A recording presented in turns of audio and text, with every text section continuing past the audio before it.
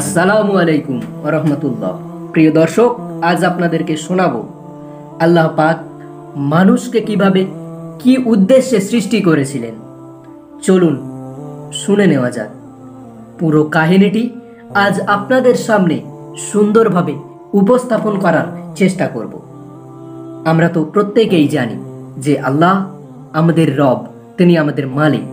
তিনি যা কিছু করেন সব কিছু আমাদের ভালোর জন্য করেন।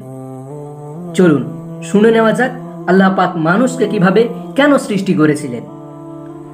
আমরা তো জানি আল্লাহ শব্দের অর্থ উপাস্য। এই কথাটির উদ্ভব হয়েছিল আল ইলাহা থেকে। আদি অন্তহীন তিনি এক মহাশক্তি। তার রূপ হলো নূর, অর্থাৎ জ্যোতি। সমগ্র বিশ্ব চরাচর তারই সৃষ্টি। সবকিছুই অনুশাসন করছেন তিনি। সৃষ্টি জগতের চাকা প্রতিনিয়ত তারই নির্দেশেই ঘুরছে। আল্লাহ তাআলার নূর থেকে, অর্থাৎ জ্যোতি থেকে সৃষ্টি করলেন ফেরেশতা কুলের। তাদের দেহ আলো ঝলমলে। এদের ক্ষুধা নেই, নিদ্রা নেই, সর্বদা আল্লাহর ইবাদতে মশগুল। যখন যেটার প্রয়োজন হয় সেটা করার জন্য আল্লাহ পাক ফেরেশতাদেরকে আদেশ করেন। তাদের মধ্যে 4 জনকে আল্লাহ পাক বানালেন প্রধান। তারা হলো জিব্রাইল আলাইহিস সালাম, মিকাইল আলাইহিস সালাম, আজরাইল আলাইহিস সালাম ও ইসরাফিল আলাইহিস সালাম। এইভাবে বহু যুগ পার হয়ে গেল। আল্লাহ তাআলা নূর থেকে ফেরেশতাদের সৃষ্টি করেছেন। এবার তিনি আগুন থেকে সৃষ্টি করলেন একদল জীবকে। তারা হলো জিন সম্প্রদায়। এরা অগ্র স্বভাবের। চেহারা যেমন প্রকৃতি, তাদের চাল চলনও ঠিক তেমন।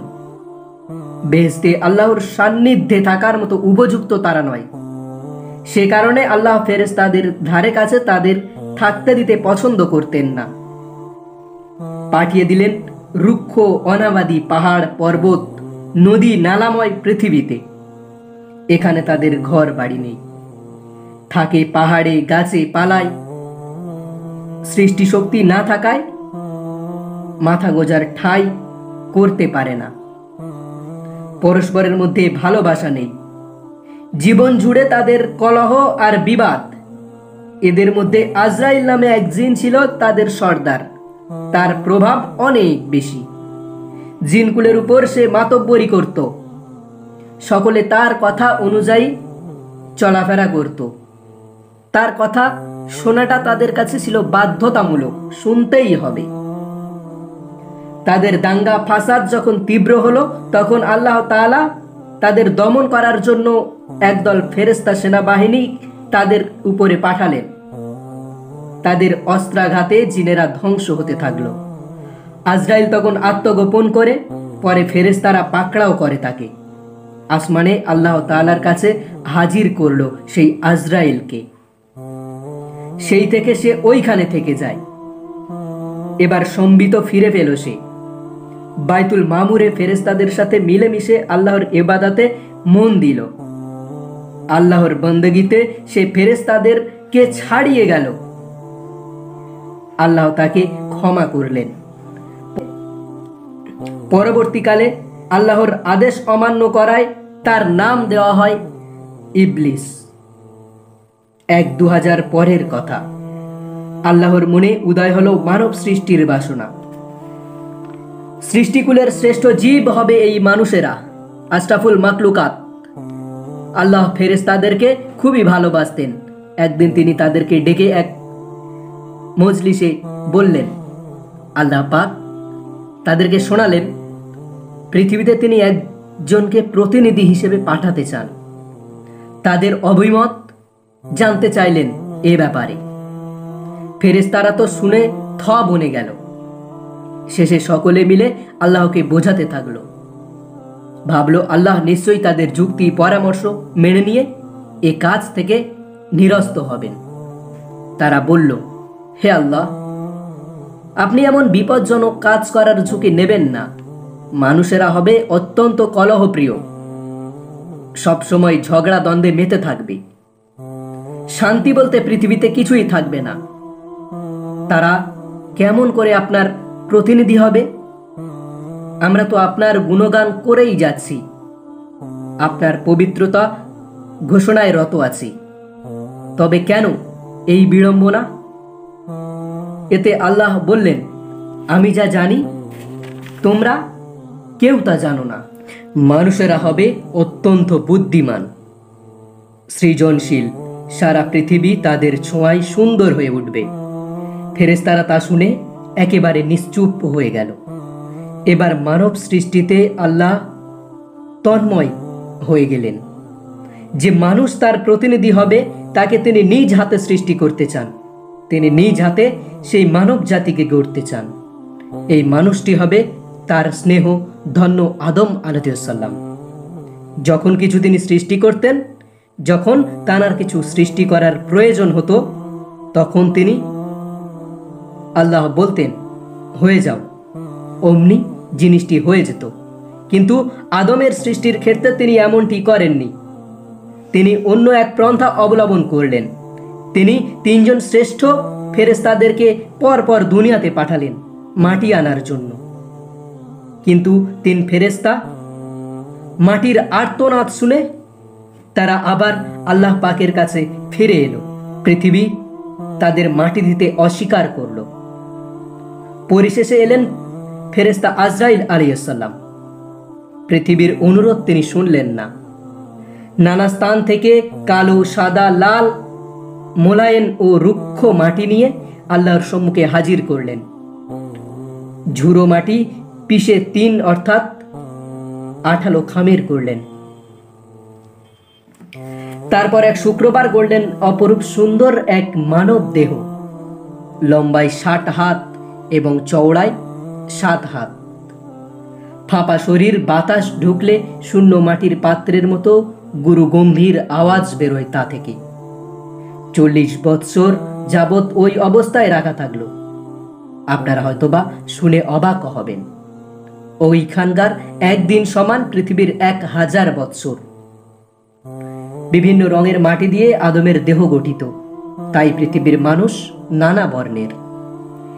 এই দীর্ঘ সময় ধরে আদমের দেহখানা ফেরেশতা ও জিনেদের গবেষণার বস্তু হয়ে থাকলো। তখনও পর্যন্ত তাতে প্রাণের কোনো সঞ্চার হয়। ফেরেশতারা উৎসুক নরমে তার দেহের দিকে তাকিয়ে থাকে, কখনো কখনো পাশ দিয়ে অতিক্রম করে। আজাজিল তো তাদের পাশেই থাকত। তার অপর নাম ছিল ইবলিস। প্রখর দুষ্ট বুদ্ধিতে ভরা তার মাথা। ফেরেশতাদের মতো সেও দেহটাকে ভয় পেত। একদিন করল কি, সে সাঁ করে আদমের মুখ দিয়ে দেহের মধ্যে প্রবেশ করলো। তারপর পিছন দিক থেকে বেরিয়ে এলো। ফেরেশতাদের সম্বোধন করে বলল, ধুত, ভয় পাওয়ার কিছু নেই, দেহের ভেতরটা একদম ফাঁপা। এবার থেকে সে পাশ দিয়ে যাওয়ার সময় মুচকি হাসে, দুমদাম চড় মারে, বলতে থাকে, যদি ক্ষমতা থাকতো তবে ভেঙে চুরমার করে দিতাম। আল্লাহ তাআলা সব কিছু দেখেন। এবার এলো ওই বিশাল দেহের প্রাণ সঞ্চারের পালা। ফেরেশতাদের লক্ষ্য করে আল্লাহ পাক বলেন, যখন আদমের দেহে প্রাণের সঞ্চার করা হবে তখন তোমরা তাকে সেজদা করবে। তারপরেই তিনি রূহ সঞ্চার করলেন। প্রথমে রূহ আদমের মস্তকের মধ্যে অগ্রসর হলো। অমনি আদম হাসি দিলেন। তখন ফেরেশতারা আলহামদুলিল্লাহ বলতে পরামর্শ দিল। আদম তাই বললেন। আল্লাহ তাআলা জবাবে বললেন, ইয়ারহামুকাল্লাহ। রূহ যখন তার 2 চক্ষুকে পৌঁছালো তখন তিনি বেহেশতে ফলসমূহের দিকে তাকালেন। রূহ ধীরে ধীরে পেটে প্রবেশ করতেই খিদে পেল তার। খাবার খেতে ইচ্ছা হলো। রূহ পায়ে যেতে তিনি লাফ দিয়ে উঠে দাঁড়ালেন এবং জান্নাতি ফলগুলোর দিকে এগিয়ে গেলেন।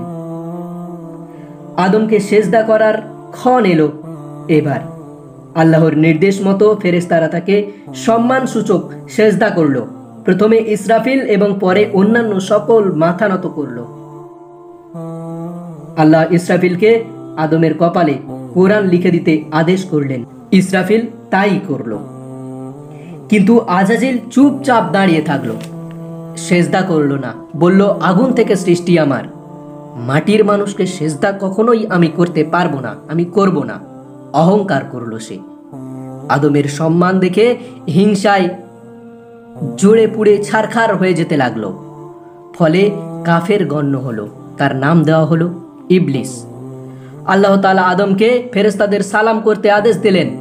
আদম সেই মোতাবেক তাদের উদ্দেশ্যে বললেন, আসসালামু আলাইকুম।